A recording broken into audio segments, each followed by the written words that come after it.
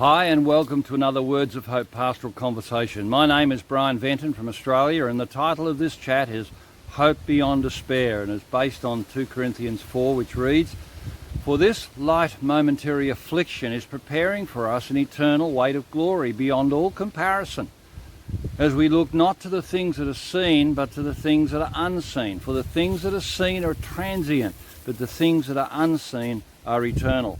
Now, in this pastoral chat, I want to explore this idea of the seen and the unseen. Let me explain. You don't need me to remind you that we're living in a very fluid period of history. Nation states are being manipulated to cede their governance to a global agenda, controlled not by elected representatives, but by self-appointed global elites. The change is being pushed to blatant, to say the least, and it matters not whether we're young or old, we're all being impacted one way or another. It often appears there is little we can do about it, and we seem to be fed a perpetual diet of fear and expected to acquiesce and comply with the corporate elite's view of reality. With all that is happening around us, I think today's text lays out hope in a way that many may not have considered before. And there are 2 ideas that I want to reflect on today. First, while suffering is real, it's also momentary compared to future glory. The writer of this text was well accustomed to unbearable suffering. He describes his situation earlier in the book in chapter 1 as being so utterly burdened beyond our strength that we despaired of life itself. He writes as a man who knows trouble to those who are in trouble. Paul's literal experience was that of being unbearably crushed, even to the point of death. Now, the Greek word describing suffering here is thlipsis, and according to R.C. Trench, he compares it to a time in ancient English law where those who willfully refused to plead had heavy weights placed on their breasts and were so pressed and crushed to death. This was literally thlipsis. For many of us, the global circumstance feels much like this. We feel there is no escape from the global cabal massing on our doorsteps. But note how Paul makes an extraordinary call in describing his near-death crushing experience as just a light momentary affliction. He uses the same word, but with a very different mindset. He says we are being prepared for a different weight of glory beyond all comparison to what we're experiencing now. It's neither burdensome nor onerous. It neither crushes nor condemns. It's neither painful nor punitive. It is neither oppressive nor authoritarian. It's neither depressive nor debilitating. Rather, it's a weight that lifts us up, perhaps like a counterbalance where the weight takes the full load of another. It is like a weight that anchors us into the seabed in stormy times. It's a weight that doesn't cause us to lose heart, but where we rejoice in gratitude and thankfulness.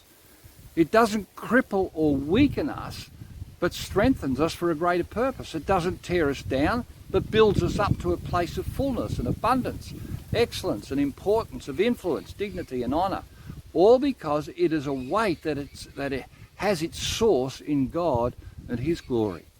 Now, Paul, a few verses earlier, said, "We are hard pressed on every side, but not crushed, perplexed, but not in despair, persecuted, but not abandoned, struck down, but not destroyed."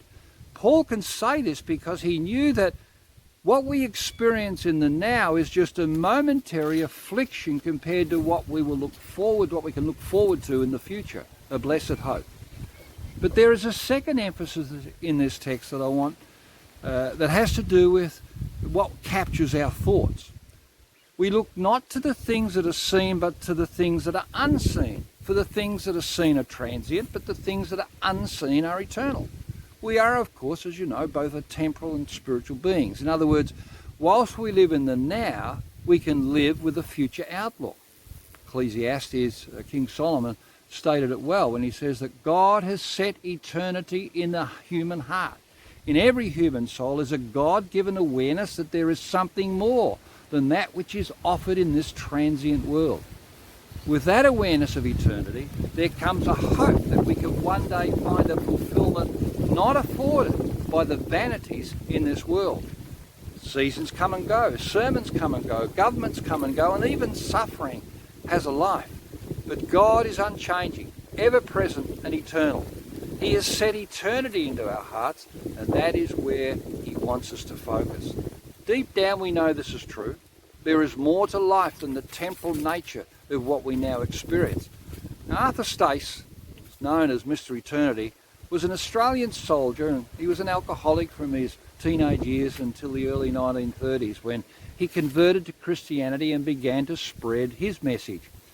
He had heard the evangelist John Ridley tell a congregation in Burton Street Baptist Tabernacle that he wished he could shout eternity through the streets of Sydney. Stace was inspired. I felt a powerful call from the Lord to write eternity. And he scrawled the word on the streets of Sydney for the next 35 years until his death. And the word, as you remember, was featured in the year 2000 celebrations that lit up the Sydney Harbour Bridge. And it's a reminder to us that God has set eternity in the hearts of man. To think only of that which we see and feel will often leave us in a place of despair. God invites us to hope not on the seen but the unseen, not on the transient but the intransient, not on the visible but on the invisible, not on the temporal but on the eternal. C.S. Lewis reminds us of this when he says that the God of the Bible is a God of purpose, and not just general purposes but specific ones. He is the supreme long-term strategic planner of the universe. He does nothing in a random or haphazard manner, and his purposes extend from eternity past to eternity future, encompassing not only the ultimate destiny of his creation, but our personal lives as well.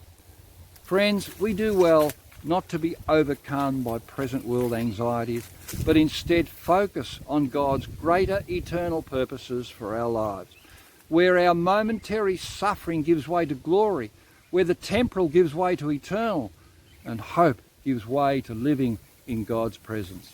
We don't need to fear and be anxious, because God's eternal purposes will work out for good. We are just invited to believe it. Now, I trust this pastoral chat has helped you to refocus today, not on the transient aspects of living in this world, but on the unseen, but no less obvious reality that lays before those of us who trust in Christ. Thanks again for watching, and I look forward to catching up with you again next week. Bye.